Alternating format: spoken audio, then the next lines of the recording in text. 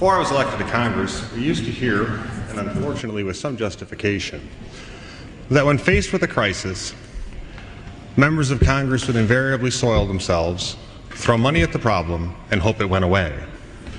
Unfortunately, in these dysfunctional economic times, we find that this process has continued. As American families face a potential meltdown of the financial sector, we have seen what I believe to be an inappropriate response, starting with this administration.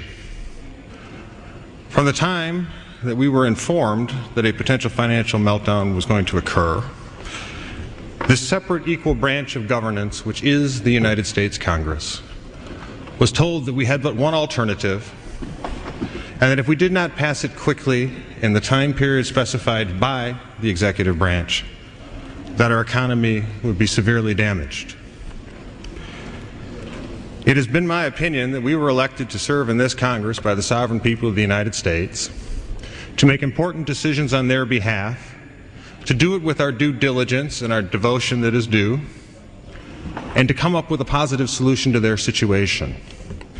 Last night, as I watched the President of the United States explain his view of this, I was struck by the fact that again we were told that if we did not give unlimited amounts of money, up to $700 billion, and unlimited powers with lack of adequate oversight to the executive branch, that we were failing in our due diligence and responsibilities to the American people.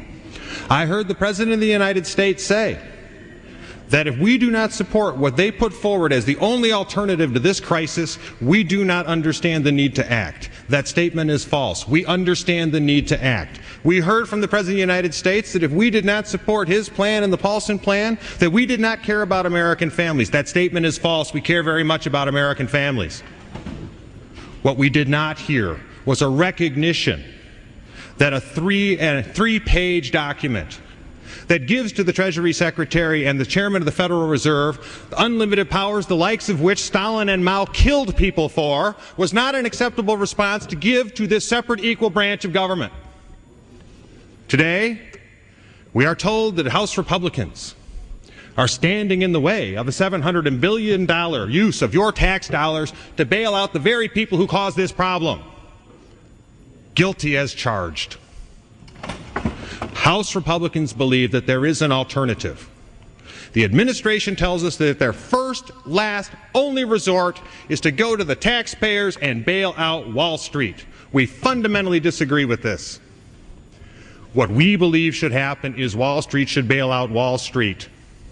House Republicans believe that the toxic assets that are clogging up our economy should first attempt to be recapitalized by the people sitting on the sidelines with their money, waiting for you, the taxpayer, to be fleeced and put it in so they are confident that the market will work.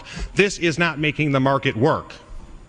I will hear from the President last night, I heard that the free market has failed. The free market has not failed. The free market is correcting from the bad deeds of actors within that market. It is the government that is trying to interfere in the market for political purposes. We cannot reinflate the bubble to save the American economy.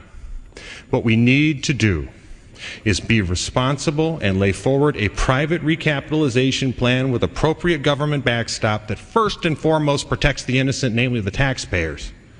The people who on Main Street invested and saved and had good credit their entire lives should not be asked to go back in to help the cowboy capitalists who shot themselves in the foot. House Republicans understand this. Just as we understand the need to act quickly, we also understand the need to act appropriately. This is not an attempt to engage in an argument with the President. I have admiration for the President. And I have supported the President, as have House Republicans, when he has been correct. But he is in error now. House Republicans stood and supported the Petraeus surge so our troops would have victory in Iraq. Today, House Republicans oppose the Paulson splurge so that we can have prosperity in America over the long run. And make no mistake, we understand the gravity of this situation. But we will not engage in a misrush to judgment that destroys the possibilities of a free market and prosperity for American families for decades to come. We will not walk out of this room after a forced vote, waving a piece of paper in our hands, claiming fleece in our time. We will do the job we were entrusted, and we will get the job done. I yield back. Mr.